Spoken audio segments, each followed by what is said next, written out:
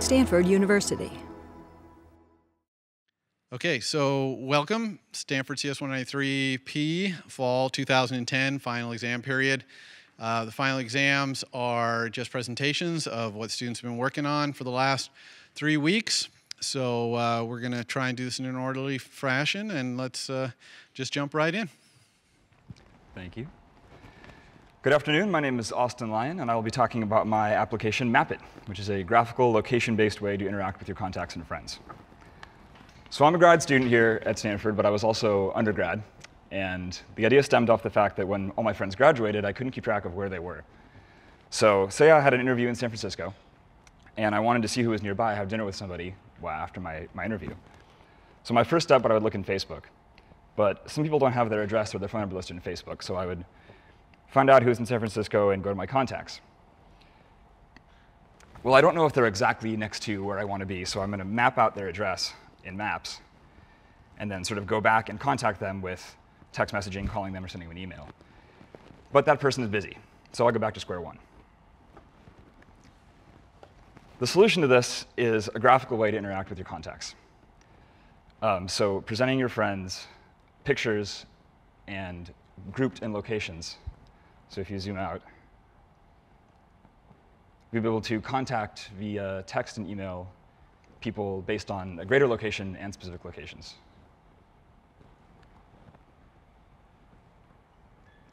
We'll do a quick demo.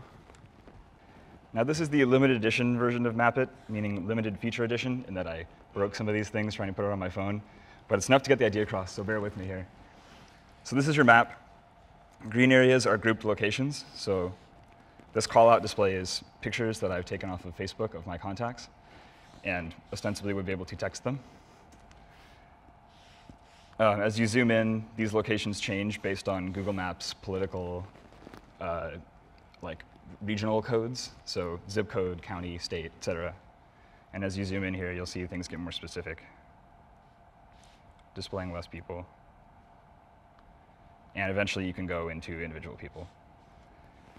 You can import your contacts through Google, and Google geocodes them, puts them on the map. And connecting to Facebook allows you to bring in pictures of contacts that you don't have already in your address book. And you can also view people's information through a table view. So directions to go in this is better ways to interact with people besides just texting them. Maybe connecting some features of Facebook, like check-ins. Retrieving address books from other locations, such as, like, there's a company called Plaxo that does contact syncing. Some better sort of syncing logic. What I have now is just sort of copying things directly over, but being able to come from different sources would be nice. And who knows where I'll go from there. So I hope you've enjoyed this. I'll probably have an updated feature video on YouTube. You guys can check it out later. And thanks a lot.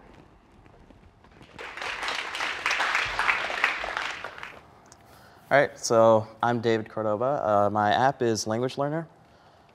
The basic idea was the best way to learn a language, obviously, is with other people. You practice face-to-face. You are able to get that experience that you can't get from a book or Rosetta Stone or whatever. So there was no real easy way to get this experience when you don't have anyone around you. So I tried to use the iPhone's Game Center functionality to connect two people that are trying to learn the same language and replicate this experience at home.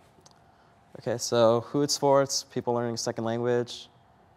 And in addition to the Game Center connection, I also have simple flashcards that you can use to remember your vocab. Okay, so we just switch to the demo. Okay, so here's the functionality. First, let's check out the flashcards. As you can see, I've already added dog. We can add more. Let's add water. It also has an auto-translate feature, but if you don't like that, you can edit it yourself.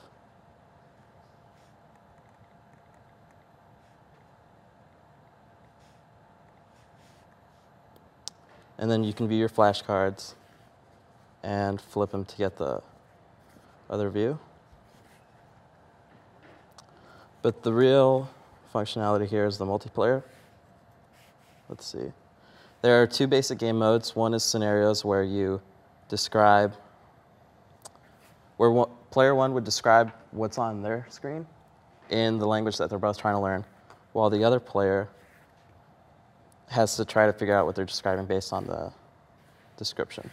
So like, player one would describe that picture in Spanish. I'd select that one. And it keeps track of how many you've gotten correct so far. So let's quit out of that. There's also a free play mode where you can just go in and talk to the other person about whatever you want for as long as you'd like. Let's look at with that. And of course, this would all have voice functionality, but one of these devices does not have that built in right now. Okay. Yeah, that's about it. You can also just edit flashcards. And here's where you set the language. There's only a few built in right now, but it's really simple to add more. And you also have the functionality or the ability to edit your flashcards however you'd like. And that's about it.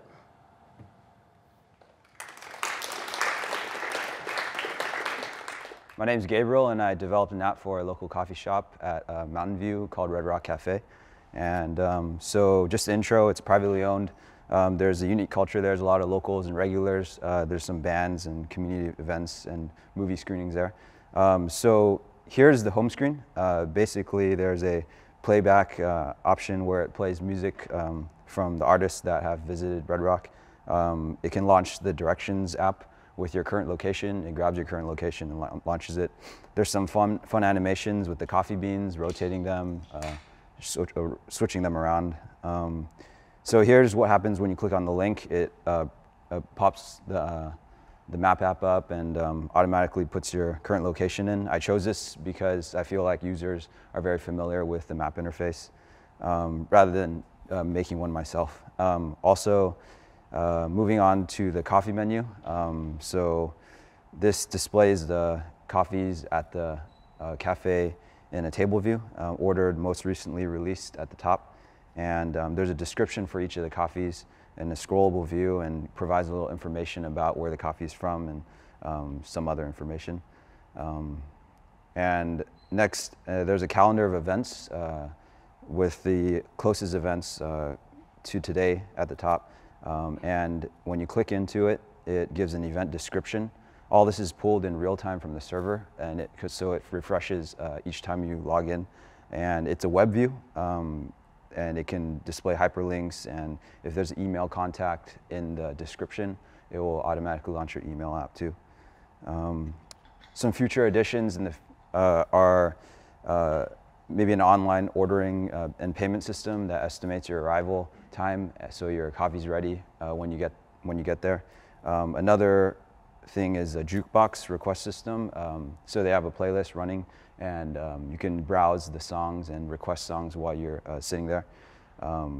But yeah, obviously that takes more server stuff, so that will probably be phase 2. So since I have a little more time, I'll give a demonstration. So here it is. So some of the simple animations are like that. Some rotating coffee beans. When you click on one of the events, you can go into the web view. I think it takes some time to load. There's a browser back and a forward button when there is something to go back and forward to. Let's see if we can get some of that. Let's see.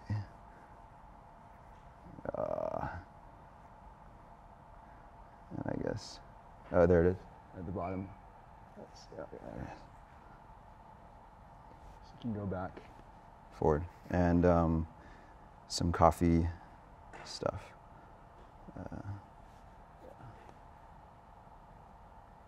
You can just scroll in and navigate. Yeah. And that's about it. All right, Thanks. So my name is Chris Meal, and for my project, I made a game called Mecha Miner. Before I talk about that, though, I want to talk about a game that I've already made called Geomon. It's already out in the App Store and everything, and that's because Mecha Miner is sort of like a sister game to Geomon. They exist in the same game universe.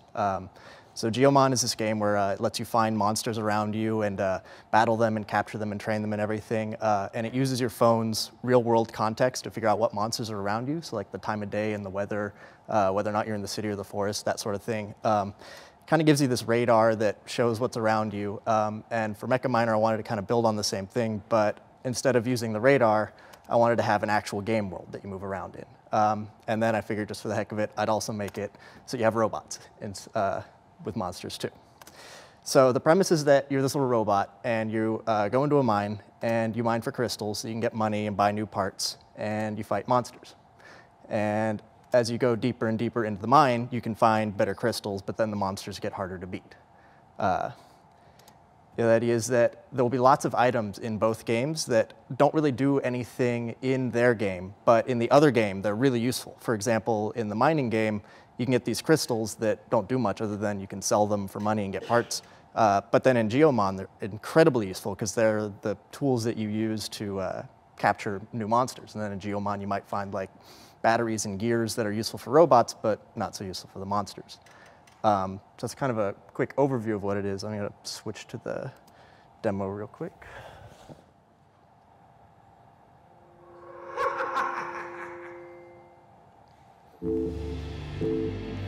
So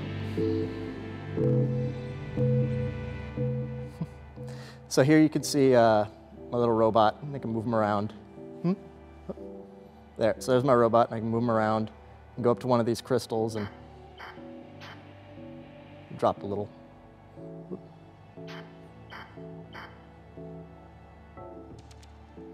Yeah, I got a crystal. And then I can also kind of run around here. These little red dots that are kind of floating around, those are all monsters, so I can go up and try to fight one. Let's fight this guy.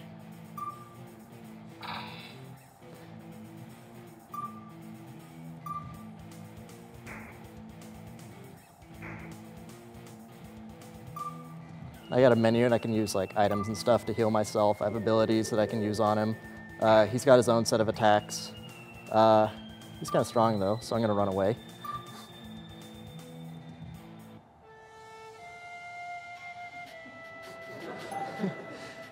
And then I can go into my own menu where I can sort of inspect, like, these are all the parts on my drone. I got like, you know, can see what all the different parts are, the abilities and stuff. I can go and check out like all the things that I have in my inventory. Can look at some of the spare parts. Let's say maybe I want to use a solar panel cell instead of the other one that I have. I can equip that. And then I have a map of where I am in the mine. It's pretty much all of it right now. Obviously, it has a long way to go before it's a full game, but it's kind of a good proof of concept. Let's close that so the music goes away. Yeah, it's probably I'm going to add just sort of more different levels to the mine. For the moment, it's just kind of, you're stuck on the one. But yeah, thanks. Good afternoon, everyone. For my final CS193 project, I decided to make a game. I guess ideally, I would have liked to make something useful and functional that would have added value to this world, but I guess my app ends up kind of taking productivity from this world. But hopefully it will be fun nonetheless. It's called Baller. The concept is super simple. You just control this nano-sized spaceship, and there's molecules bouncing on the screen. And what you have to do is basically avoid those molecules, because if you crash into them, you die. So it's pretty simple when there's only a few around, but over time, more molecules get added, and it gets pretty tricky. Your expected lifespan as a nano spaceship captain is only about 30 to 60 seconds. So it's a great excuse to procrastinate. So I'll just go into the demonstration.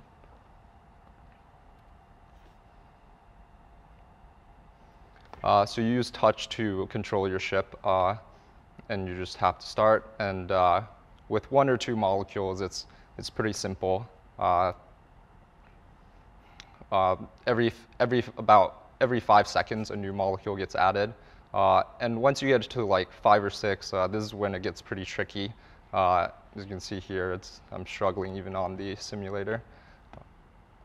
And to help you out, because it gets really, really hard, to help you out, I introduced power-ups. So here we'll see a power-up appear. There's 3. This one slows down time, but it only delays the inevitable because it only works for 10 seconds. And eventually, the balls speed up again and gets really hard again. Yeah, so that's basically the game itself. I think this, once I have some time during winter, I'll probably add this to the App Store, and hopefully you guys will check it out. Hopefully it'll be fun enough that you guys will forgive me for taking productivity away. Thanks a lot. Hey guys, my name is Stuart McGregor Dennis, and I have built an app for the solar car project. And to spend a little bit of time explaining just a little bit about it, and then I'm going to dive right into a demo. So firstly, you hear a lot about electric vehicles and how we have the rise of electric cars, but no one really talks about the rise of the software car. 30 years ago, there was absolutely no software in cars. In a typical premium car today, there's 10 million lines of code. So already we have intelligent cars, and it doesn't necessarily take someone too much clever than sort of like an intelligent car and a smartphone to realize that we could combine the two and have a better driving experience. So basically, how is this app going to improve the driving experience? Basically, in 2 ways. So one, or in 3 ways. One is through actually giving reminders while you're actually driving. So you can say, okay, when I get to this location, I'd like to be reminded of this fact. Like maybe I should tilt the solar panels in a certain way just to increase my driving. And also, you can set reminders for certain times. The second is dynamic feedback while you're actually driving. So this taps into 2 things. 1, the CAN messages on the car, and 2, would actually be the inbuilt functionality in the phone. And then 3 would be data analysis afterwards. So I'm going to launch into a demo now. So basically, I mentioned the CAN, or I'll start with the feedback. So in terms of setting reminders, so you can go here, and I use like an NS date picker and also UI notifications. So you can set specific, it's basically like an alarm, but it will allow you to set specific things to be reminded of while you're actually driving. Then there's the dynamic feedback mechanism. So it integrates with, I talked about the CAN messages before. And basically, the solar car sends its state around the car in something called CAN messages. So it's like, I have this battery voltage, I'm traveling at this speed. And so what we do is we send that across the Wi-Fi to the iPhone, store it in core data, and then present it. And you can see here that sort of like, this is simulated, but it has like minimum battery voltage and certain other things. You can also check sort of the batteries, and you can see like how they're doing. Then you can also see like a dynamic generated graph of the solar panel array and how much charge is being drawn from there. So that's sort of part of the feedback. But then there's also building into the inbuilt functionality within the iPhone. So one of the crucial things on the solar car is driving it straight and not tilting. So one of the things it does, we use a motion checker in order to basically, and what this does is it moves up and down and also changes the value based on how much you're rotating the phone. So once it's stationary in the car, basically it'll give you feedback on how much you're rotating. So the third thing that I talked about was actually sort of data afterwards. So what you can do in the main thing is you can sort of, so you can set which driver, who your driver is, and then you can also start recording the data in the map view controller. So I combine the map kit with core location, and then at each point it says Stuart drove from here to here. So what you do is you just hit record car path, then it starts recording your path as you're going along. And then later on, you can go back and statistically analyze that. So just 3 things. 1 is setting reminders beforehand, 2, feedback during, and 3, feedback afterwards. I'm Stuart McGregor Dennis. This is Solar Car Project. Thank you very much. Hello everybody, my name is Tony Jin, and my application is called M-Track, and basically it's a financial tracker which allows you to track how your money flows in and out of your pocket, because I tend to spend money too much, and I just found I needed to track my expenses. So the basic premise is that you can record all your transactions, and also the main feature is that you can view all these transactions graphically in a variety of different formats, so you can like track how your expenses go in and out. So you can record your transactions. You can select categories for how you want to categorize this transaction, and then you can associate this transaction with one of your contacts in your address book. So you can view these transactions in a list format from most recent. You can view them in a map, so you can map out where your transactions occur, and then you can also view them in a calendar, and there's also functionality of viewing it in a graph as well. So in each of these formats, you can view the details of each transaction through a detailed page, and also you can graph transactions. So future enhancements include adding different accounts, so you can have different people on the same phone. You can also, I'd like to display transactions by category, and also attach different like images. For example, if I want to take a picture of a check and attach it to the transaction as well. So I'm going to go to a demo. All right, so here's a demo. You can, let's say, I want to get money. And I say get $100, and it's going to be cash, and let's say Lord Voldemort paid me for services rendered. Okay, I'm going to save this transaction. So you save the transaction, and then you can view it in a list format. So this is the most just happened.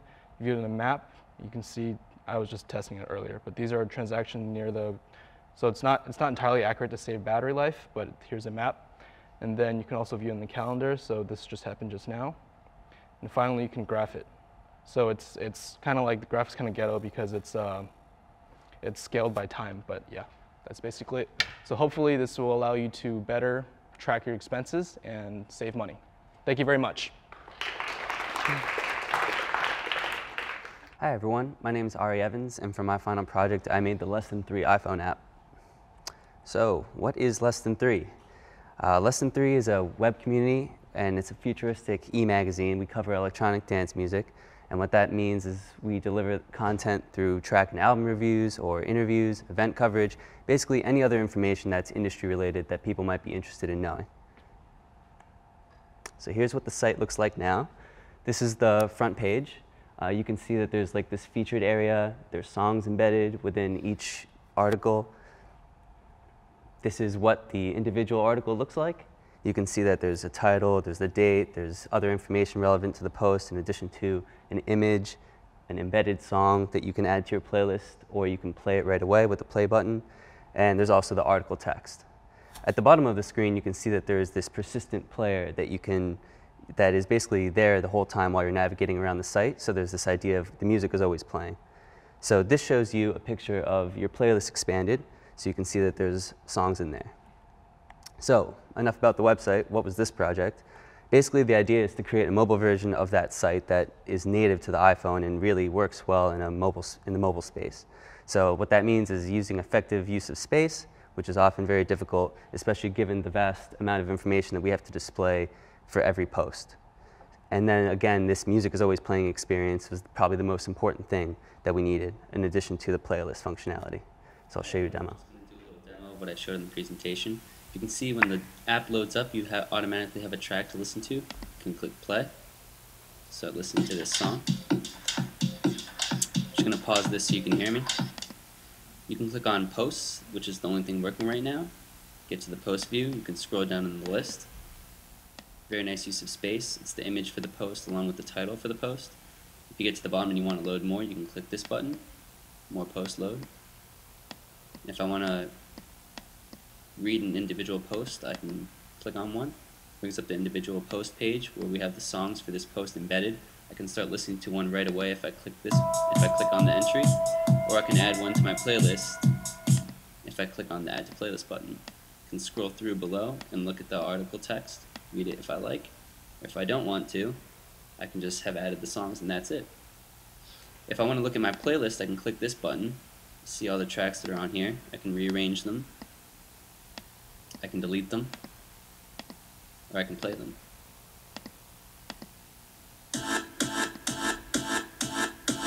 If I want to fast forward through the list of playing songs, I can just right swipe or backward swipe.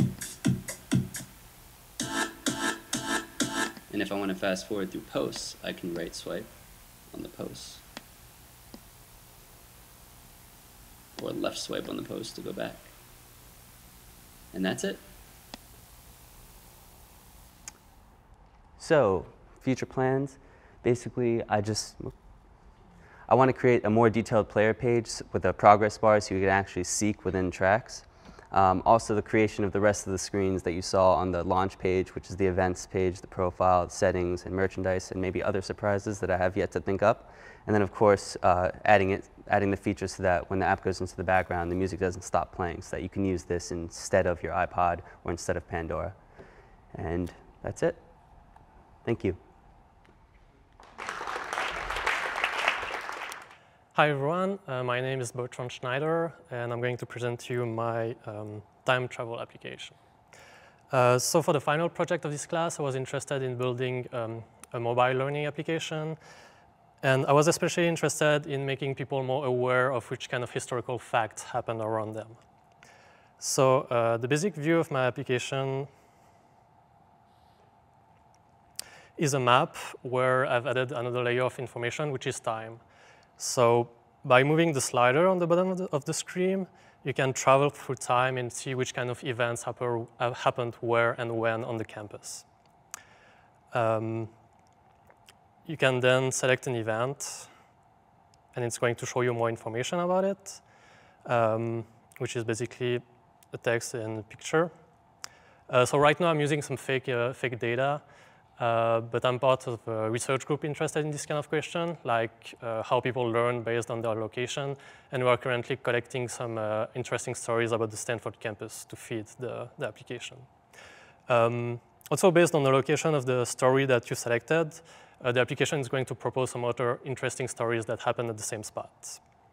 So that's another way to explore your location. You can also share a story. It's not going to work here because it's in the simulator, but it's going to launch the email application on your iPhone.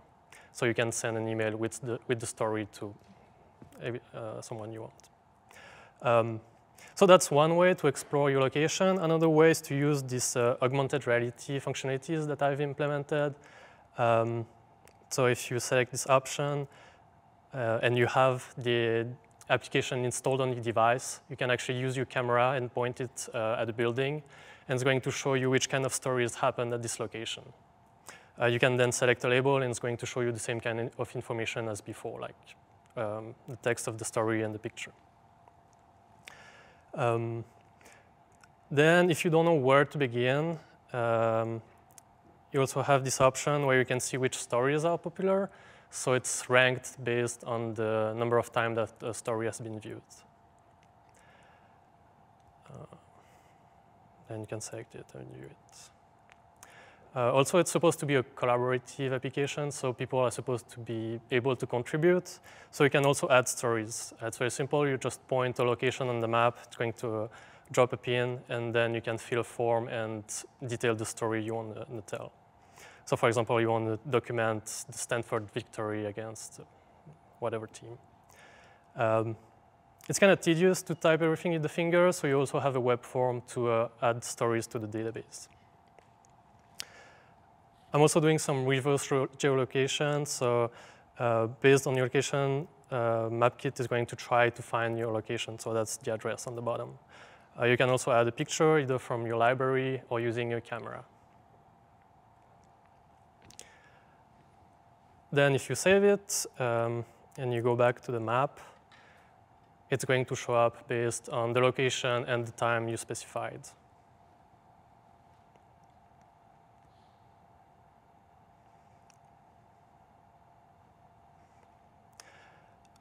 Finally, there are a few settings that you can change. It makes more sense to use the user location to display stories around him or her. But you can disable it. You can also specify the radius for the augmented reality view.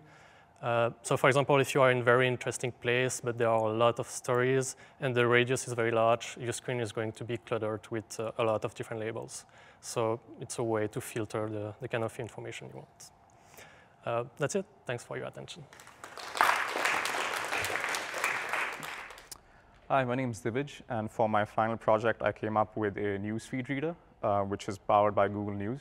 And so, when I was thinking about this project, I thought, why have another RSS feed reader? I think there's so many of those already available on the App Store. There's Pulse, there's Flipboard.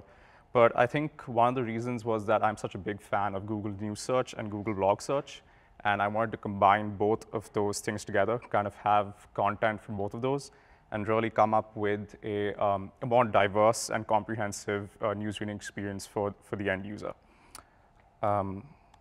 So some of the key features I wanted to do was, obviously get news stories from Google News and from Google Blog Search.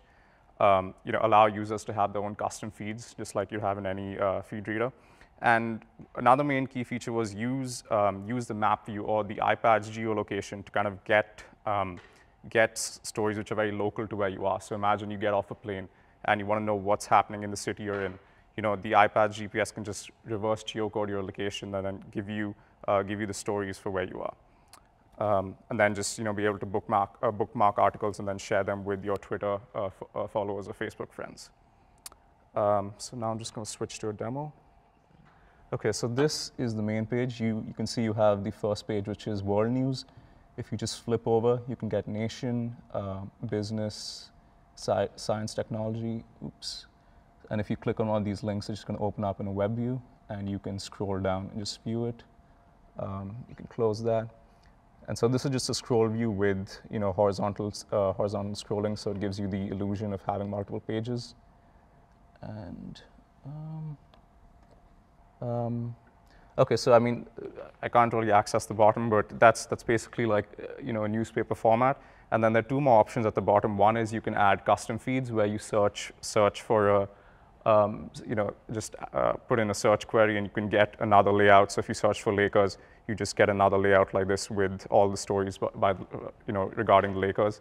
And the final thing is, again, the geolocation where you can get stories which are very local to where you are. So by default in the simulator, the default location is Santa Clara. And so if you just press the button, you would get, again, another layout with all the stories relating to Santa Clara. So that's about it. Yeah, thanks. So hey, iTunes universe, my name is Clinton Buey, and I'm going to talk to you today about the application I've been working on for the past 3 weeks called Trade Profit. So my friend came to me about 2 months ago, and he said he had this great algorithm to predict stocks. And like everybody who has predictions, I said, yeah, I totally don't believe you.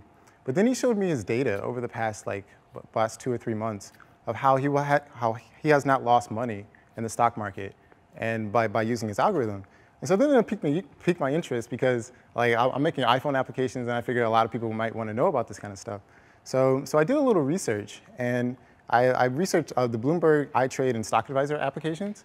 Bloomberg is probably the #1 application. It shows you information about the stock ticker portfolio, news, and everything. And iTrade basically is a stock simulation engine. And what it does is it allows you to simulate trades back and forth between the stock market in real time. And Stock Advisor is a really expensive $20 application, which gives you advice about stocks. But it's very expensive, and a lot of people will probably be straight away for the price. But there's not an application out there that has anything to do with prediction engine, meaning if you had a list of stocks that you're interested in, and you're interested in buying and selling, and you want to sell on the stock trade market, there isn't anything available for that. So just to give you a brief overview of the views of my application. So when you first open up the application, you have a view which gives you a list of your stocks in your portfolio. It gives you a view of your progress of how you're tracking your stocks as they're progressing over time. And there's also a settings menu, which is based on in-app settings kit, which allows you to change your user settings, and it shows you how many trades you've done, and it also shows you how much money you have in your bank account as well. And this is part of the core of the application. So moving into the next view, you can view your tickers. And what you can do is you can click on Apple, or you can click on whatever company that you're interested in, and you can drill down and get more information about the information. And I plotted this using core plot and a UI view table view controllers. And so invariably, you can buy and sell and trade stocks within this view. You can view your recent search information for that particular ticker. And you're going to have a history of your transactions that are going back and forth between your stocks as well. So you can view your place in a rank, which is also part of GameKit. And what you can also do is you can also level up with particular trades. So like the whole purpose of the game is to be able to allow you to to reach the level of trade profit. So if you reach the level of trade profit, that means like other people can ask you for advice on how to buy and sell trade within this environment. Oh, sorry. And so finally, I just want to summarize that the application is basically a prediction engine. I actually don't want to show the prediction engine because I want this to be on iTunes because I don't want anybody to copy or anything like that. But like what it can do is it can predict like based on however many stocks that you have when you should buy, sell, and trade at any given point in time. And the target release date for this application is January of 2011. And I hope that you guys download the app. All right, that's it. Good afternoon, everyone. My name is Hai. The app I worked on is called iCoral. It's a tool that allows you to access the machine calendar and the status of all the equipment in Stanford Nanotechnology facility. The existing reservation management tool for all the equipment in SNF is called Coral. It can only run on any kind of desktops or laptops, but no cell phones or your mobile devices. So with this tool, you can check the status of the tool in all categories, and also you can make reservations and check the existing reservations on all tools. So what I did is I made an app which does the similar thing as Coral. With this app, you can access the status of all the equipment in the lab, and also you can set your you can set notifications to notify yourself when your reservation is coming or some other people's reservation is coming. So the tools are categorized into groups, and within each group you can you can look at different tools. And for each tool, there's a customized view with the information like the status and reservations. This is the view of the reservation. And last but not least, you can make a notification for your reservations. And I like to do a little demo. So this is iCoral. So basically here you can see there are different groups of tools. So if we go into the BIM tools, we can see all kinds of tools within this group. And this is a customized view of this tool called Wraith. And you can see Wraith is normal right now. You can look at, if you click the name, you go to the web page for the tool. And also here's a reservation page. It's ordered according to the date. And for each reservation, you can set your own notification if you want. Moreover, you can make comments to your personal comments to this tool using here. Okay. Oh, no. Move down. Okay. So here's new comments I just made. And also you can access the recent tools and your favorite tools. And that's it.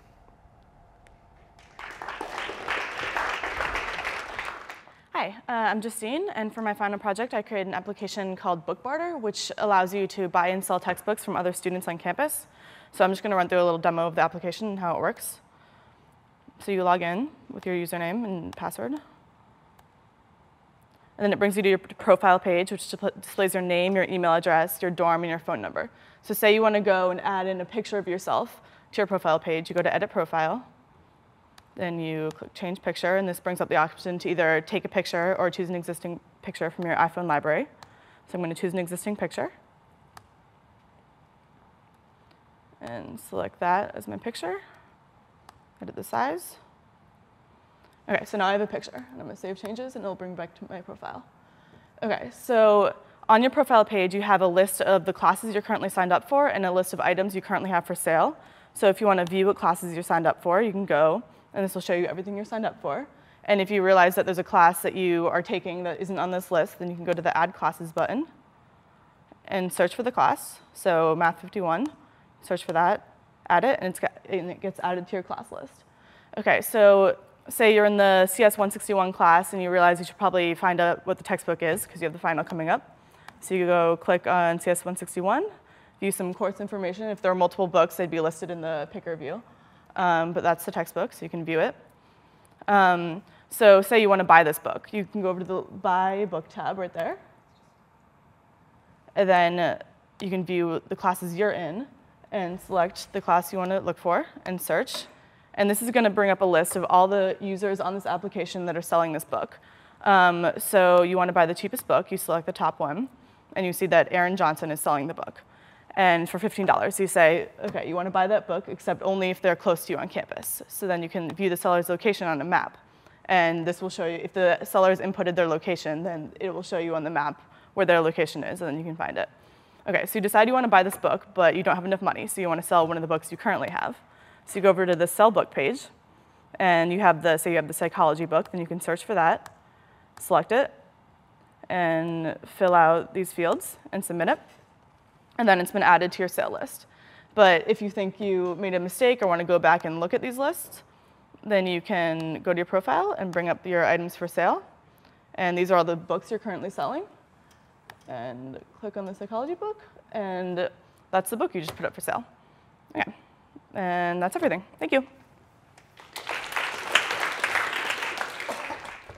Hi, my name is Brian, and this is my partner Akshay. Our app is called Kid Stuff, and it's an app for toddlers and preschoolers.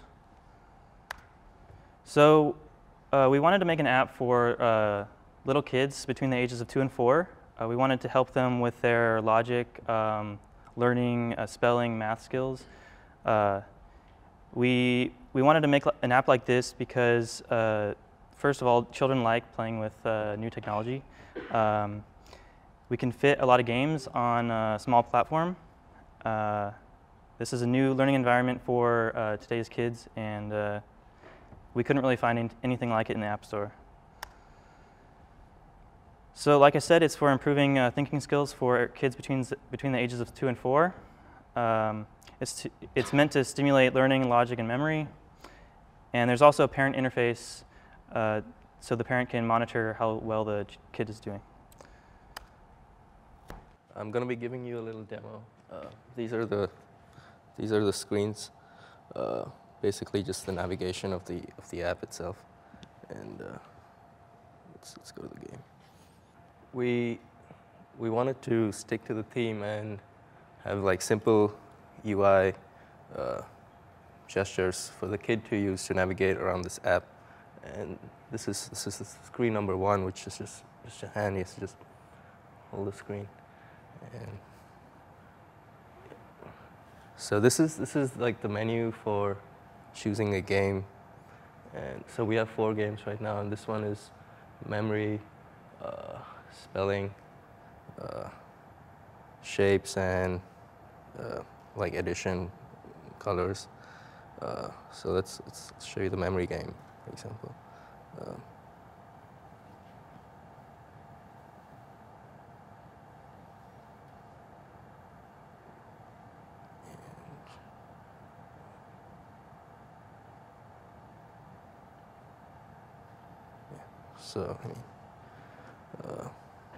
So this game is so all the player has to do is just drag these alphabets to the empty spaces, and well, it's just spelled new word, and the words just build themselves.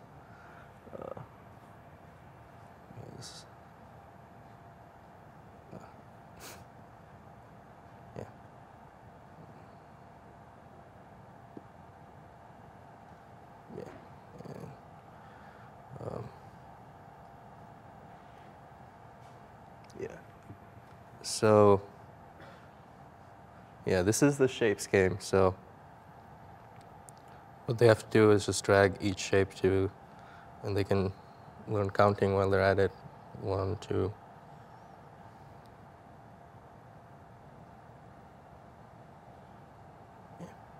And just keeps increasing the number of shapes on the screen. We really haven't implemented too many shapes because it's just illustrating simple games. And the last game has to do with, so other than just matching the number, they have to match the colors because it's like green plus a little blue, which probably not this, but it's this. And so it helps them learn two things at once, for example. And okay, so do you want to demo the parent interface? Okay, so this is the parent interface. Actually, we should show how you get to that from the app. Okay, so you get to the parent interface you can get to it from any screen in the app. So you click this in the top right corner, type in your parent password, and it lists all the children you have. Lists a table of levels completed. It has a description of the game. And the pie chart shows the percent of time that the child has spent on each type of game. And you can select the different games to view the different descriptions. And also there's a difficulty setting here. We haven't added the difficulty into the actual difficulty of the games, but the idea is there. And that updates the database. And you can add a new child.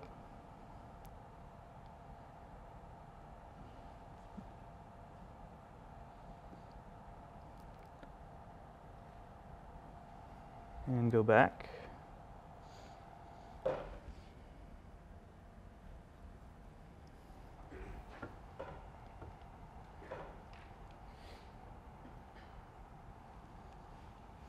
Okay, so as you saw in the demo, you can add a child, pick your child, choose a game, view the percent of time played, and the right table view is just a log of the levels completed. These are the SDK features we used. And we hope to make more games, some more levels, and some more flashy graphics. And that's it. Hello everyone, my name is Guillaume Davot and I will present my blood pressure tracking application called Track My BP. So today, more than 1/4 of the adult population in the US has hypertension. And these people need to regularly measure their blood pressure levels with a blood pressure meter that displays the systolic and diastolic blood pressure as well as the pulse, as you can see on the picture. So the goal of my application is to allow these people to record their blood pressure readings and display information on their readings in two ways, so with a table and a graph display. So how does my app look like? When you first launch the application, you can see this welcome screen appear. And you are invited to create your profile. You can enter your information. For example, date of birth will bring up a UI date picker. When you have a list of profiles, you can select your profile in the list. Also create a new profile or modify or delete an existing profile. To record a new reading, you have this screen. So the text field will bring a number pad to make it easy to enter your numerical values. Also, you can select conditions attached to your readings. You can select at most one condition per group. For example, here I select resting, and if I select workout, resting will disappear. The first way to display your readings is a table mode.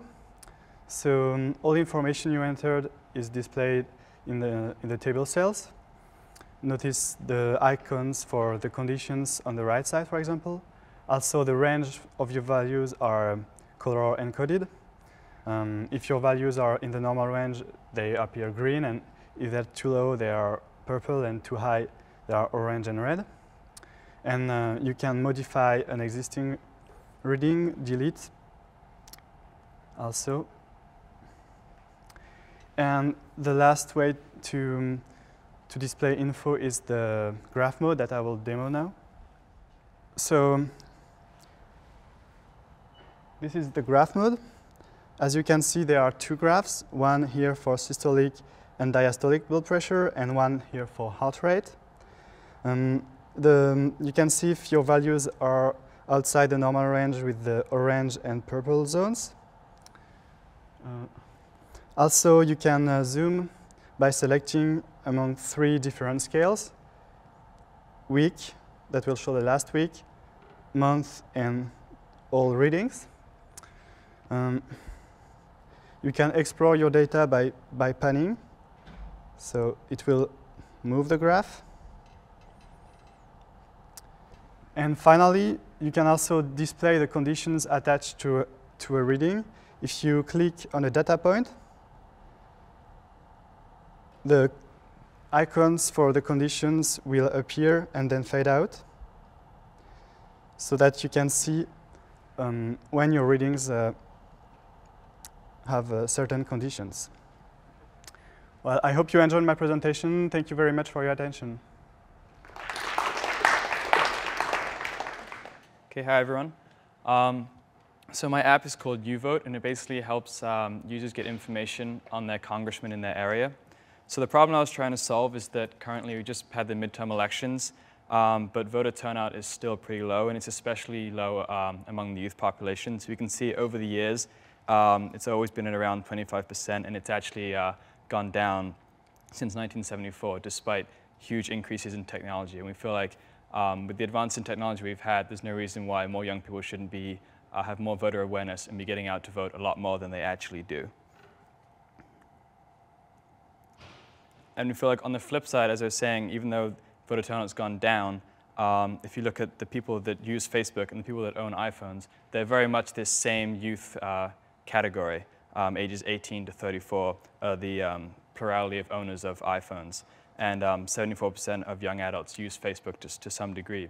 So what I tried to solve was how can we leverage the fact that so many young people are using Facebook and using iPhones to help them get more aware about politics and get out and vote more. So what I came up with was this app called YouVote. So YouVote allows users to access customized voter information right from their iPhone. So they don't have to go onto some website. They can just get it right from their iPhone, the same place they're doing all the other things. And it's very customized. So in the main screen, you just enter in your zip code, and the app's able to then pull your senators and your representative. So for example, I think for this I entered in Stanford's zip code 94305, and you get your 2 senators in Congress as well as your House of Representative person. By then clicking on those names, you can then get a profile of that senator or representative, which shows you just some general information, what state they're representing, the party, telephone number, age. But also then you have these 3 options. You can either look at their voting record, you can locate their office on a map, and you can just view their website. So you feel that one of the main problems why a lot of people aren't involved in, young people aren't involved in politics, they feel like they don't really know what's going on. They don't know how their politicians are voting on certain things. And this app kind of helps them get that information in a very easy manner. So as I said, first kind of where are they? We can see their office on a map using Google Maps API. And the other main API used is Project Vote, which basically can pull the voting record of any congressman currently in office. So for example, for Dianne Feinstein, if you clicked on voting record, it would bring up this table view, which shows clearly the different bills that they voted on and whether they voted up or down, indicated by the green up thumb and the red down thumb. By then clicking on one of the cells in that table view, you can then get more information on the bill, so what the title of the bill was and who the main sponsors were. And then from that view, you can either look at the full bill text if you want to get more information and dig deeper into what the actual legislation was about, Or more importantly, you can share that with Facebook. So if you're able to see that your senator or your congressman voted one way on a certain bill, you can let your friends on Facebook know. And that's kind of the main driver of this app, is that it's making politics social. So for example, with this, I choose an example. Scott Brown is not my congressman, but for example, if I clicked on that share with Facebook button, it would then update my Facebook status to say, my congressman, and then the name of the congressman I was on, voted no on Healthcare Reconciliation Act legislation. So we feel like this allows users to be more active as well as just passive about politics, because they're able to give their own opinion or express how their own congressman voted on a certain issue. And we feel like that's the best way to get young people especially more involved in politics. So thank you for listening. Hi, my name is Matt, and today I'm going to be showing you Sculptor. So Sculptor is just a 3D viewing tool. It lets you download 3D models from the web and manipulate them, change the texture and color. So there's a 3D view with OpenGL. You can use to pan around and check out the model. So you can browse the whole list of models that are available online. And then you can also search for favorites, mark favorites, and you can change the model color to see what it looks like in different colors. And then you can add notes and view info. And so now I'm just going to go straight into a demo just to show you how it works. Here's some more screenshots. All right, so here's the home page. You can basically just scroll around and choose a model you want to look at. And then you can rotate and zoom in and out. Yeah. Okay. Yeah. All right, so you can rotate around, zoom in and out. You can set the texture. So in theory, if there was an internet connection, there we go. Okay, so you can set the textures and pick one, check it out, see if it's okay. Select, and then it's rendered with that texture, and you can zoom in some more. You can also go back and just set it back to a plain color, maybe darker red. Then, of course, you can mark it as a favorite, and it will show up in your favorites. Oop, that's not the right one. Right? And you can also go in here and type in some notes, whatever. And then you can also go and look at models that you viewed recently. And so that's pretty much it. Thanks.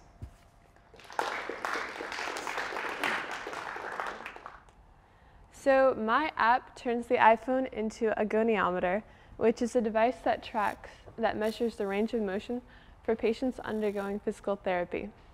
A Stanford doctor wants to use my app because unlike mechanical and electrical goniometers already on the market, this app stores the measurements and graphs them, so the physician can track the patient's progress. So here are examples of a physician using the app to measure range of motion. So let's dive into the main feature of the app, which is the goniometer view. Let's pretend that we're measuring a shoulder abduction. So the physician will tap anywhere on the screen, and then a countdown plays, 3, 2, 1, when the physician places the iPhone on the patient's upper arm. And then when the physician is finished, he can tap anywhere on the screen or the app. The app detects when motion has stopped. And then the physician can see the measurements he's taken. So from the main screen, when we click on the settings, the user can declare whether they're a patient or a physician. And they can be a patient just using this device to measure their own and track their own range of motion. Or if they say they're a physician, they are presented with a list of their patients. And each patient has a list of joints, and each joint has a list of measurements. And when a measurement is tapped, the user is presented with 4 actions. So the user can view data, as I've shown you. The user can graph the data. And the user can email the data to himself. And if the tutorials mode is turned on, when the user taps take a message or take a measurement, the app presents a 2-second tutorial, a video clip, of where to place the device during the measurement. And the device, the app, knows whether to measure pitch, yaw, or roll, depending on which measurement type was selected.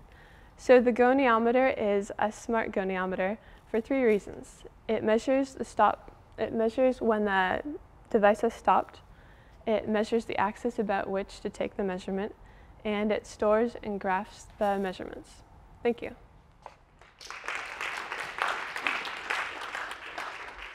Hello and welcome to Explore. So I tend to travel quite a bit, and when I go around, I have layovers or stopovers for a day, maybe 2 days.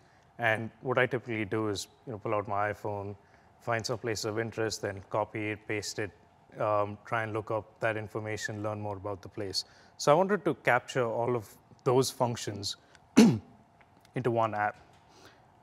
So Explore is basically a travel planning app which uses advanced map features that lets you save locations of interest, that lets you explore further from within the app, and also has this cool feature called the Map Journal, which lets you record, basically geotag yourself, maybe add an image. So when you revisit your trips, you can look at these geotag locations and relive some of those memories.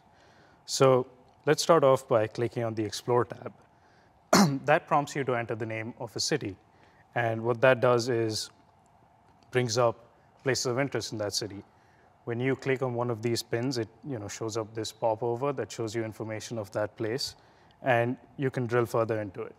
The first section of this table basically gives you information similar to what Google Maps gives you, but the nice thing is when you scroll down, you get the Explore Further feature, which basically searches for this place in three websites which people use the most: Wikipedia, Yelp, and Google.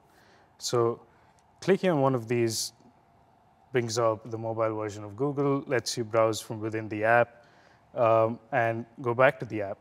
Also, if you're traveling with people and you want to share this place, maybe you found it interesting, maybe you want them to go to it, you can just use the in-app email, which pre-populates an email and lets you send it to whoever you want. The other nice thing about the app is that it lets you save places. These places are sorted by city because that's what makes the most sense, because you want to know, all the interesting places that you're going to within a city. And it also saves it on the phone, so you can view it offline, and you don't have to wait for the slow 3G network to load all this data for you. Now going into the Map Journal feature. People like recording places. They take a lot of pictures, they post those pictures on Facebook, share it with people. So I wanted to make something a little more personal in which people can have a journal that they write as they travel. So when you click on the Add button, it basically brings up 2 options. You can take a picture or record the location where you are, both of which geotag. So when you select Take a Picture, it brings up your iPhone's camera and lets you add the photo, give it a title, and save it.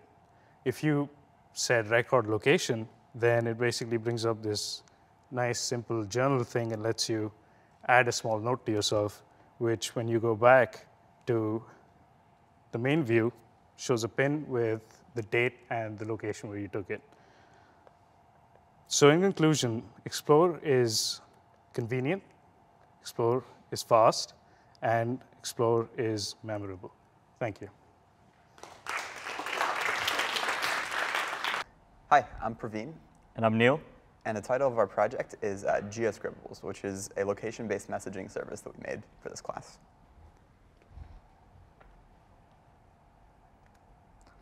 So currently, the way people send messages that have a location-based concept attached to it is usually you'd send an email and you put in a map that tells you where that is.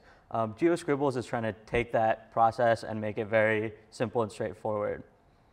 So for example, one example of this is an Evite, which is pretty bad if you think about it. It just has a lot of information, and then you have to put in the address into MapQuest or whatever to find out what the location actually is and how you're going to get there. So now we're going to jump into a few use cases to show you how you might use this app. One idea is that you might want to schedule a lunch meeting with a friend. So you don't want to put this in an email with a bunch of either confusing directions, a list of, well, first you turn left, then you turn right. And if you're familiar with Stanford's eateries, some locations are actually hard to describe where to go to. Instead, you can use our app, which we'll demo shortly, to schedule a reminder that'll tell you where you are and also where this meeting point is that you're going to have lunch with your friend. It'll also give you a reminder to tell you when that time is about to arrive. So here's the map that we're going to use to invite our friend to lunch. We're going to hit post and then choose a place on campus. I particularly like Thai Cafe. It's not a plug. And put a pin there. So now we'll have to find Neil on our list of contacts, which has been populated from Facebook. We'll add him as a recipient and send him a message. So maybe we're wanting to meet to talk about this class. So put in CS193P.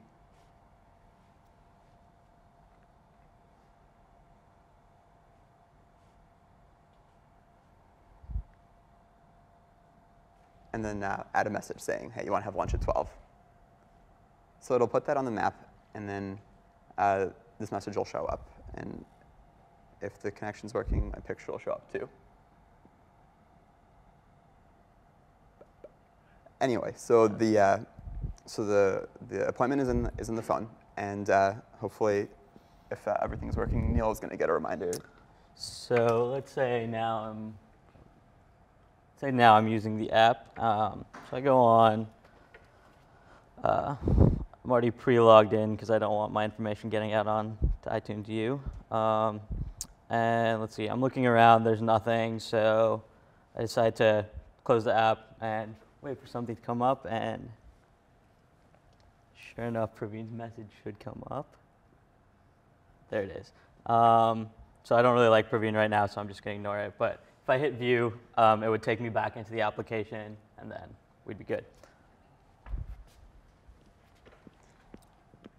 OK, so another use case that we were looking at was getting groceries. So a lot of people find various excuses to get out of grocery shopping, especially when, let's say, an example is a husband and wife.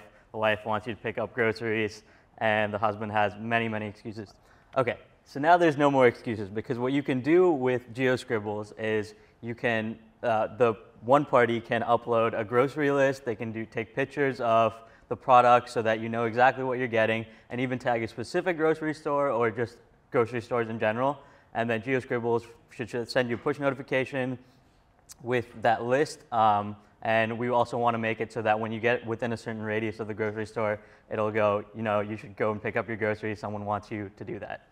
So that's one use case.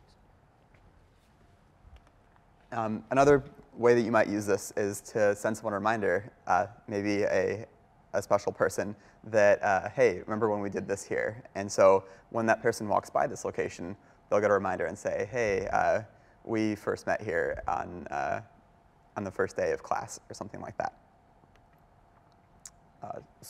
Just to recap what we've talked about, push notifications tell you if you're near or if a new message has arrived using our service. And a map tells you where you are and where you should go.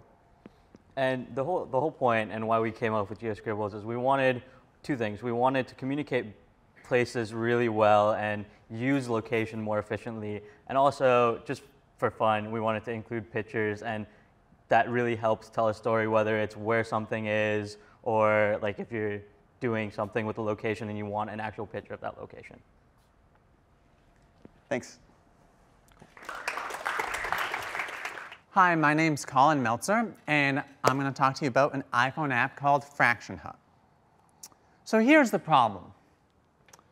Students often have difficulty understanding fractions, and fractions are important for understanding the world around us, whether it's complicated statistics or basic decimals.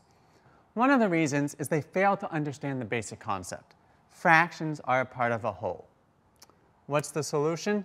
Fraction Hub. It's a game where players gain an understanding of fractions by filling pizza orders. So there's sort of three main parts to it. They get to design their own pizza, they receive scaffolded instruction, and then as they make progress through the levels, they earn different toppings. Because it's fun, hands-on, they'll want to design more pizzas, and the learning continues.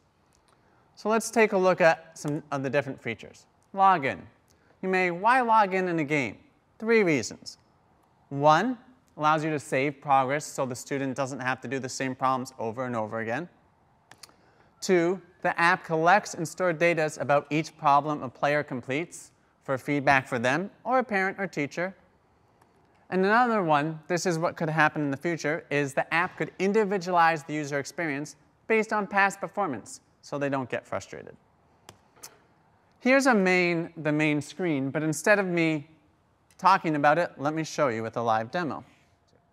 All right, so here's the main screen, and we're going to do a new user, sign in as CS193.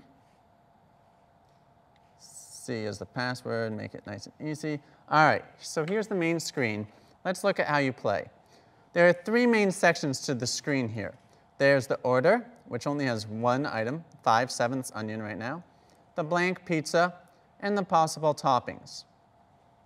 So the first thing you do is you got to slice the pizza. You slice by swiping right.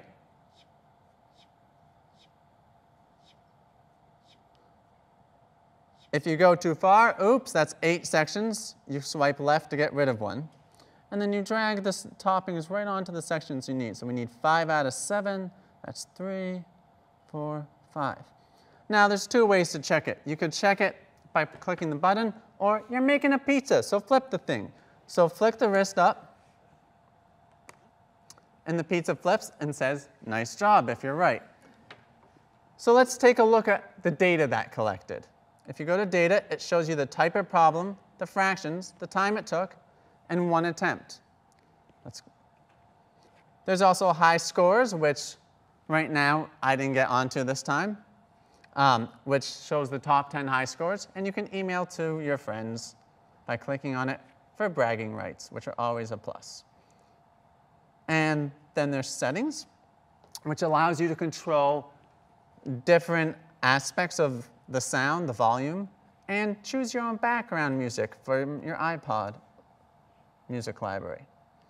That way, when you're making pizza, you can be listening to music at the same time. Let's make sure the volume's up.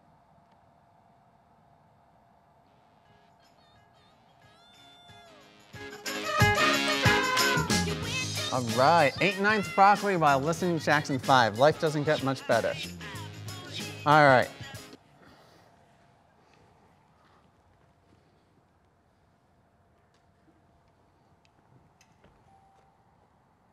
And fractions can be fun. Thank you. Hi, everyone. My name is Molly McKinley, and I made Plate Picker, which is an interactive menu for Stanford campus. So the problem that I tried to address with this application was that deciding what to order in a restaurant can be really difficult. You have these huge menus, and you're paging through them, trying to figure out what you like, what you've ordered before, where everything is, and maybe you have some food allergies, like you're allergic to gluten, dairy, maybe you're vegetarian or kosher, and you're trying to figure out which dishes can actually apply to you, which ones you can order, but you have all this information coming at you and you don't know how to organize it. So I'm going to give you a short demo of how my application fixes these problems. For Stanford campus, which filters menu options based on preferences and allergies, so as to quickly present the most pertinent information. Plate Picker also allows you to star dishes, so you can come back to them later and easily see what you've liked before. Start out with a list of restaurants, and you're able to choose which one you want to enter and perhaps eat lunch at. Let's look at the Thai Cafe. Here's a list of the categories that the dishes in the Thai Cafe fall into. Let's explore drinks first. First, you can go in and choose a drink. star it, maybe for later convenience. Let's star sodas. Going back, we can also choose a main. Come in here, you look at this menu, and maybe at first it's confusing to understand, because there's a lot of options, and it's hard to figure out what you can and can't eat. And say I'm a vegetarian, so I only want to notice the vegetarian items on this menu. I could come over here in my preferences, check vegetarian. This will gray out all the dishes which aren't vegetarian, easily showing me what I can and can't eat at this restaurant. Starring vegetable sauté will also make that appear down here in my starred menu. This shows that I have 2 star dishes in the Thai cafe, soda and the vegetable sauté. They're organized by price, so I can easily see what is least expensive. Coming back here in the starred menu, I can also see a map of where this restaurant is. It's located right here in the quad. Clicking on the arrow brings me back to the 2 dishes that I've starred in it. Going back to the menu, I can continue to click around, seeing the different dishes that I've starred. Notice that my preference of vegetarian persists through all levels of the menu and in all of the different cafes. If I want to know what other people have thought of Yelp, I can come over here and click on reviews. This queries the Yelp API to look at what a user's name was, what their rating was, when they made that rating, and what their comments were on the restaurant. I can also click on the Yelp button for more information, connecting straight to the Yelp webpage. Going back to the Thai cafe, I can also click on a map so that I can see where all of the different eateries are on campus. These, if I click on them, pop up the phone number as well in case I want to give them a call. This is also gathered from the Yelp database. Plate Picker helps you spend less time choosing what to eat and more time enjoying your restaurant experience. Plate Picker. Just because there are a lot of options for what to order in a restaurant doesn't mean you need to spend forever finding something to eat. So a couple ideas for the future is further integration with Yelp, which allows you to review a restaurant and see other people's reviews, but also to aggregate those rankings so that you can sort dishes based on what people have liked the most at a certain restaurant. Other things could be sending in orders over Wi-Fi or integrating with food spotting to see pictures. So thank you very much. I'd like to give thanks to my friends Olivia Jackson and Isaac Rubin in my CS147 class where we came up with the idea for this application. Thank you. Hi everyone, my name is Bobby Georgescu, and I had some slides, but I'm just going to jump right into the demo because I'm really excited about showing you what I've been working on for the last couple of weeks. It's an app that centers around enjoying the beauty of the world around us, the color in the world around us. And my app is called World of Spectra. So I'm just going to walk you through some of the major features of this app. So let's open that up right now. So there it is, and you see that it just logged me into Game Center, but that's something I'll talk about a bit later. So for now, what I want to show you here is this interface, which is just this really colorful table. And as you scroll through these colors, you see these colors with weird names thanks to Crayola crayons, where the color names are coming from. And this app is all about how colorful the world is and collecting that color in some way, interacting with it.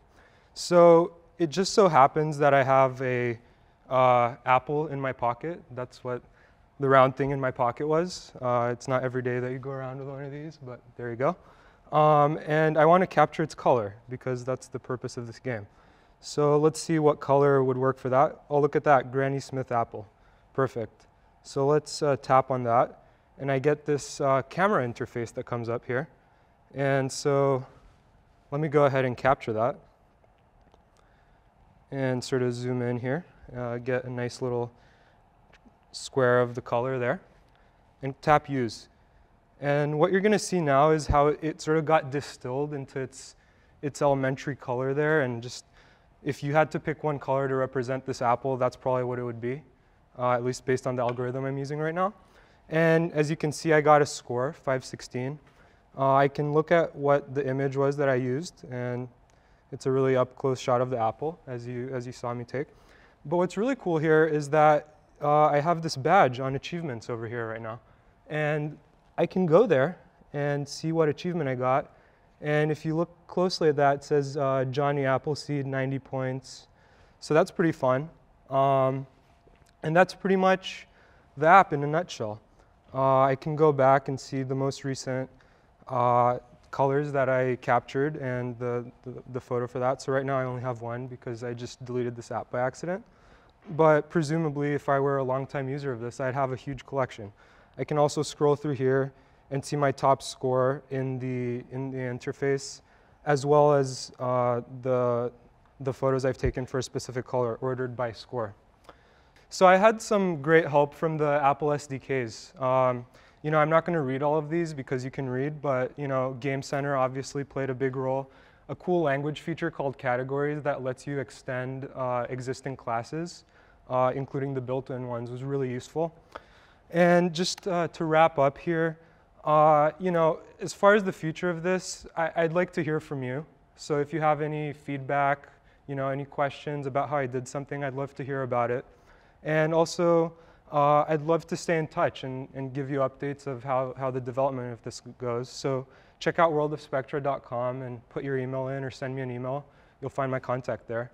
And also, there'll be coverage on ifans.com soon about future launch plans. So thanks a lot.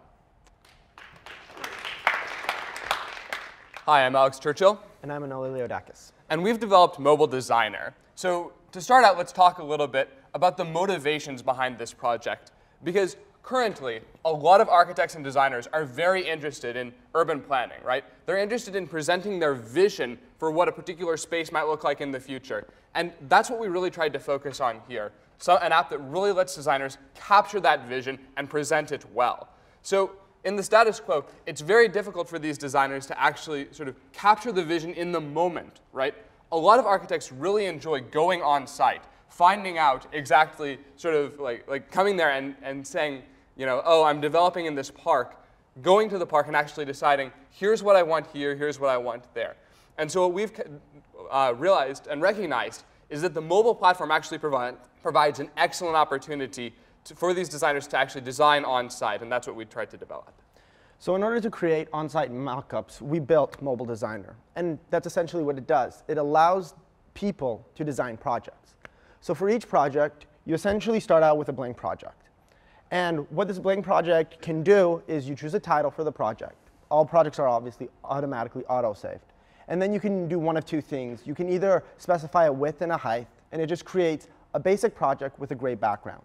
Alternatively, you can choose via a map which location, either it'll automatically zoom into your current location, or you could choose a different location and use that as the map and the texture for the floor of your project. So if you are in a specific location, if you're designing a specific project on site, you simply need to choose location. It will zoom into that spot, and then you can use that texture, use that landscape when designing your project.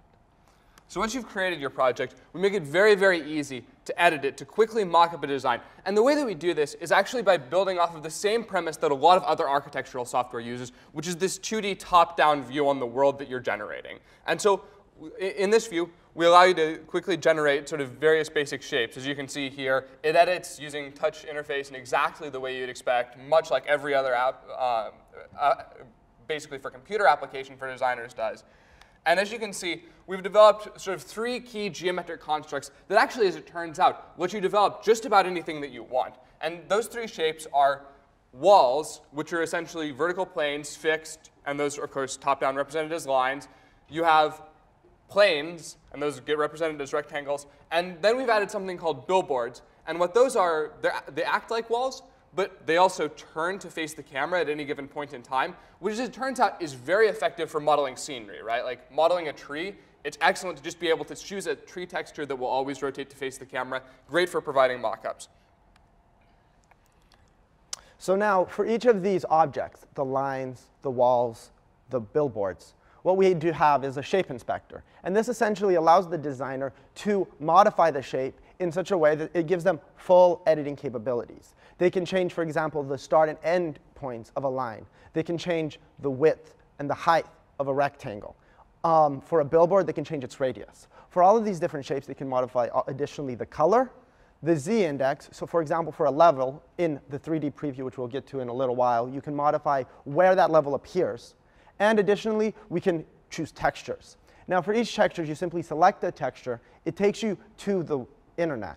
From there, you choose an image, you save that texture, and then when you come back, it will have automatically saved that texture so that when you're previewing your design, that texture will have been placed on that view.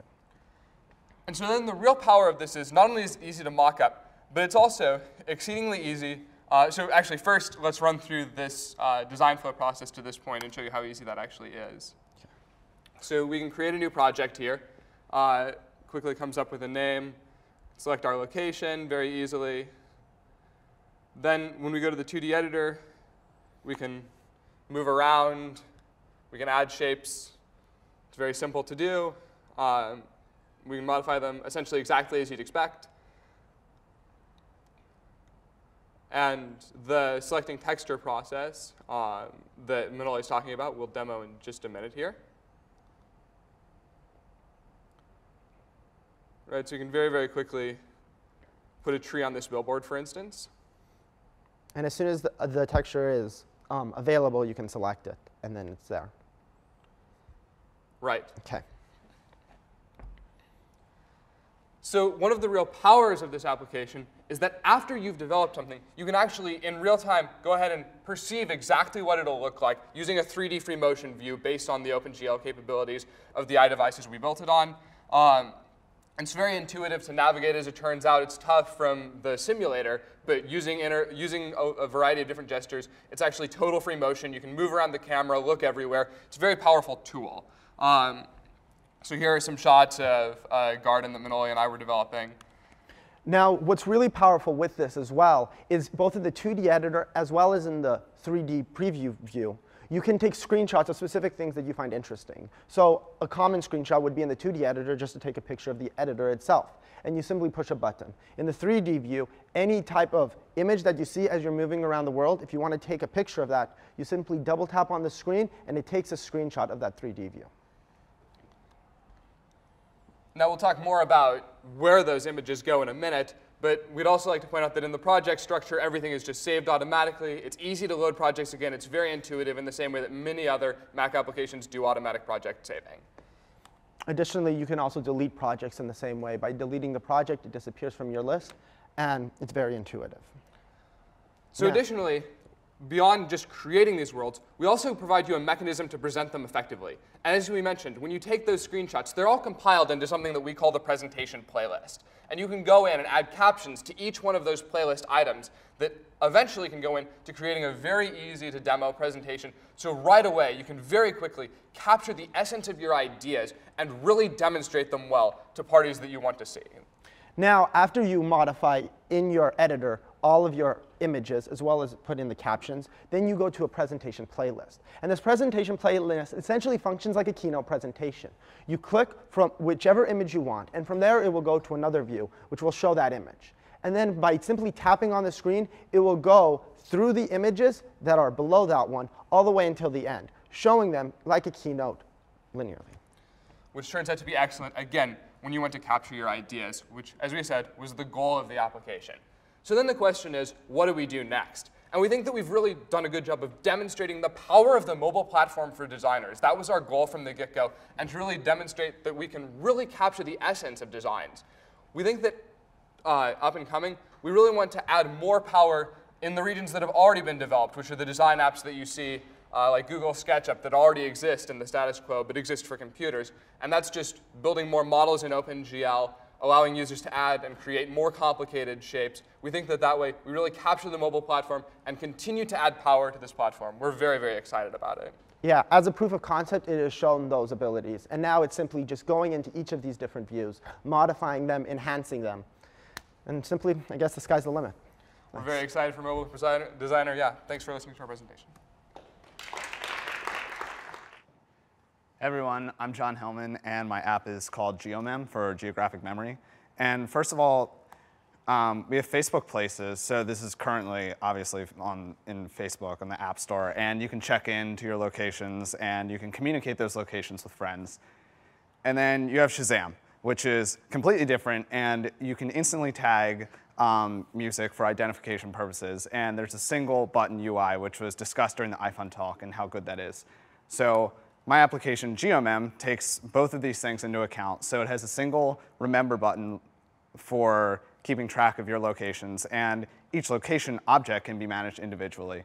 So this bases around the location object. So when you click Remember Location, it goes in and geotags, and you can edit the name and description, the coordinate heading, you can look at the times visited, you can add media categories, so notifications, and it's all backed by core data. And one great feature about this that a lot of other things don't have is the categories. So you can sort through your remembered locations, and you'll never again have trouble remembering that good restaurant you went to, or whenever you're driving around trying to think of a good place to go, you can say, oh, I went to this museum, I want to go there again. And again, backed by core data. And another cool feature of this is that you can have and get notifications based on your proximity. So this uses significant location change monitoring. So when you go around and you get close to your location, you will get a notification, a local notification, regardless of whether you're in the app or not. And there's a global settings in the app for this. And there's a visual representation of the map view of the location objects in map view. And it shows your current location, and it has the most recently remembered location in purple, the notification if you got one, and you click View in green, and then the others are in red. And you can go in and filter by category. So now I'm going to demo the app. OK, so let's say we want to remember this location. We click on Remember Location, and it comes up with the pin, which is purple, because that's our current location. And let's say we want to look at satellite. So we go in, and it first, by default, puts on the latitude and longitude and the time. And you can go in and edit it. So Hewlett. And it'll change it for you. And you can add a photo and video, one that you've taken already, let's say. Good. Choose. Then it'll add it, and you can add a category. So let's say I'm in class. This isn't. OK, I'm driving. And you can add a notification there. And if you need to, you can relocate it. So the problem is that if, for some reason, I have this set on best, and the best location isn't exactly that accurate, the pin might drop in a different location than you want. So you can go back to the location and click Relocate to current location. Sure, we can. And then you can always delete the location. And then it shows up on the map view. And you can filter just by category. And also, you can go back and just view the map when you're offline. And you can go in and, again, filter. And you can also look at just the categories. So let's say I want to look at driving, which is what I did, Hewlett, and then there's the event. So that's GMM. Thank you. Hello, everyone. My name is Nick Levaster, and I created a game called Wind Racer. Wind Racer is a sailboat racing game in which the player can build and customize a boat to race against their friends. So it's built on top of a core data model, which can be updated via JSON format. So presumably, there could be a web server that would send updates to the model, add new components and things that the user could use in the game. So I'm going to narrate a video demo here.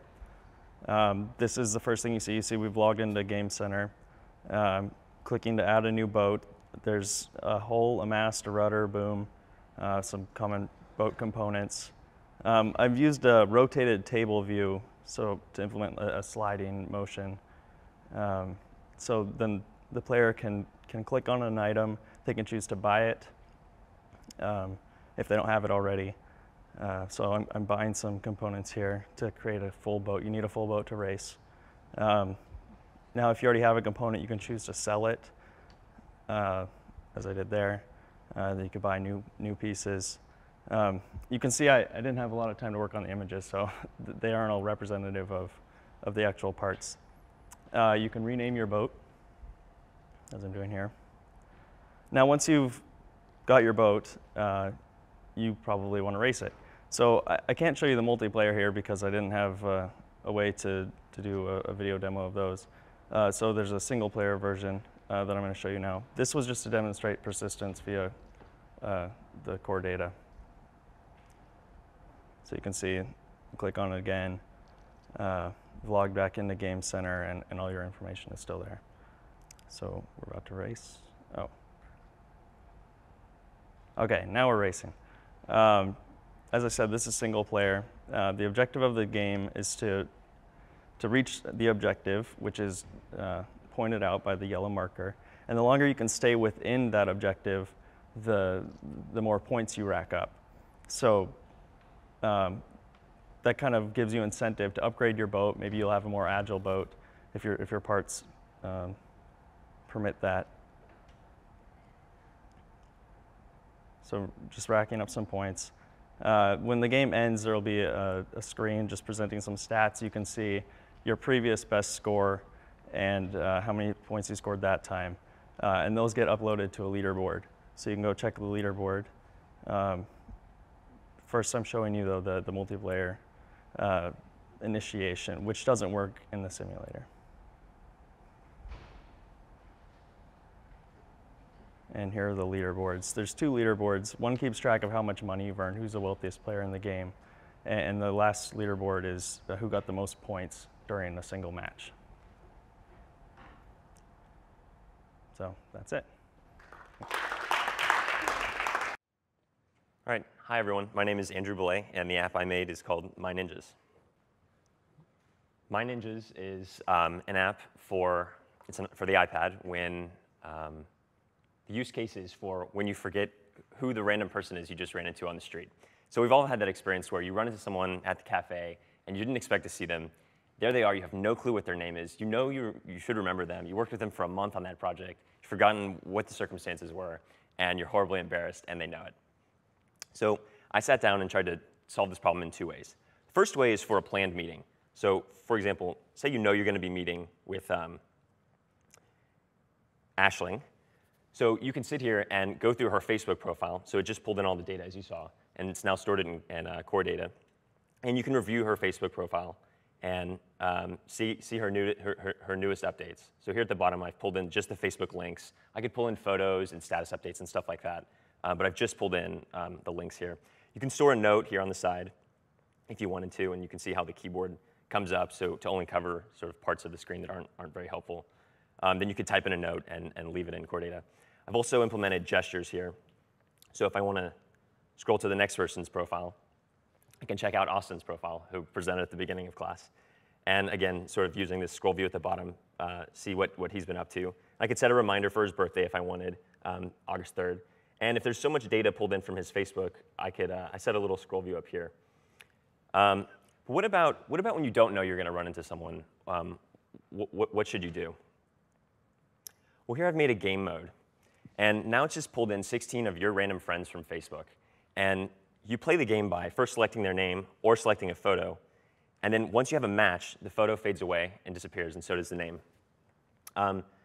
So you can do this. And there's supposed to be sound, but there's not. So there's a little sound gets played whenever you have. Yeah, it is plugged in. Anyway, it's not me. Yeah, it's up. Anyway, there's a little sound that says, congratulations, you matched this person. So what about after you've sort of played the game? What if you want a new set? Well, you give the iPad a hearty little shake. Not a good enough shake, I guess.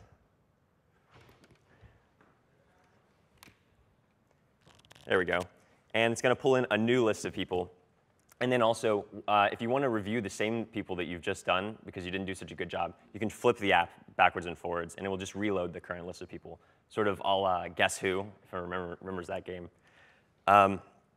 So future things to implement on the app are, first of all, I want to clean up this table view and add a lot more metadata to the right side. So I know this looks sort of awful, but there's a lot more data to pull in and add there. And the other thing I want to do is sort of split the app in half. I think it's really a productivity tool. And so I want to pull in LinkedIn data instead of Facebook data. And the reason there is this is probably more of a business tool. I don't think a lot of us have trouble remembering our friends that we want to follow on Facebook.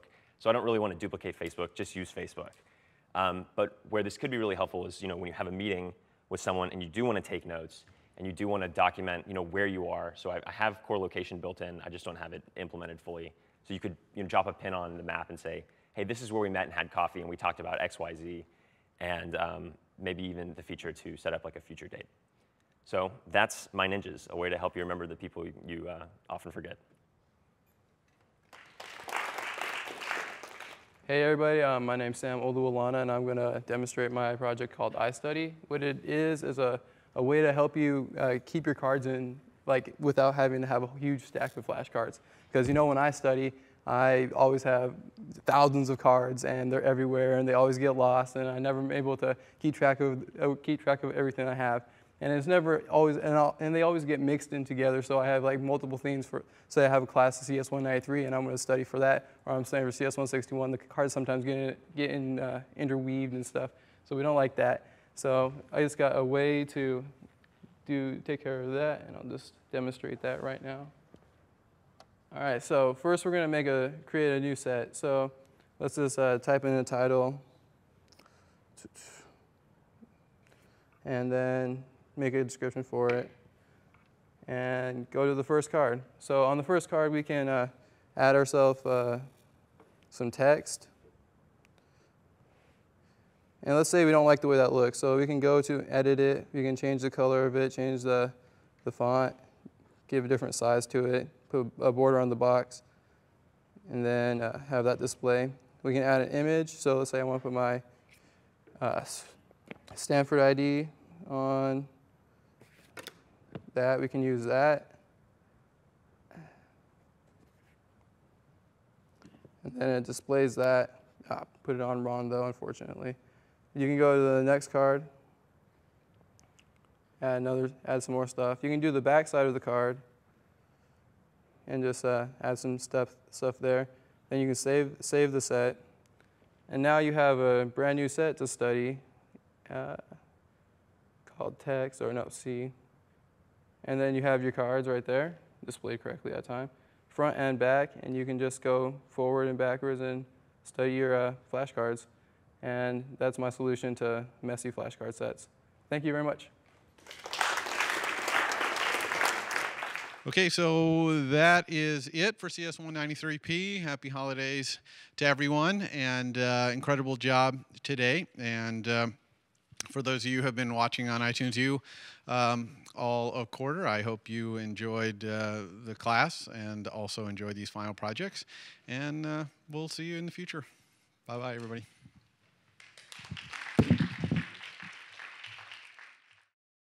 For more, please visit us at stanford.edu.